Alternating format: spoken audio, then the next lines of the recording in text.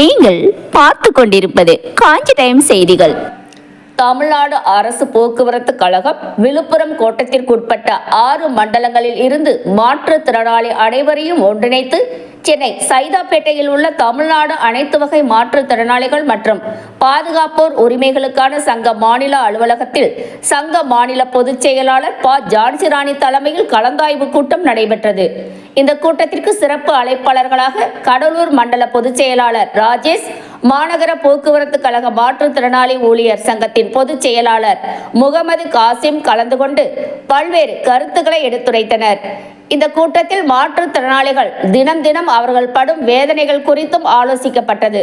தமிழக அரசு மாற்றுத்திறனாளிகளுக்காக அவர்கள் படும் வேதனைகள் அறிந்தும் புரிந்தும் அவர்களுக்கு ஒரு சில சலுகைகளை அரசாணை பிறப்பித்து அதன் மூலமாக மாற்றுத்திறனாளிகளுக்கு சலுகைகளை வழங்கி வருகிறது.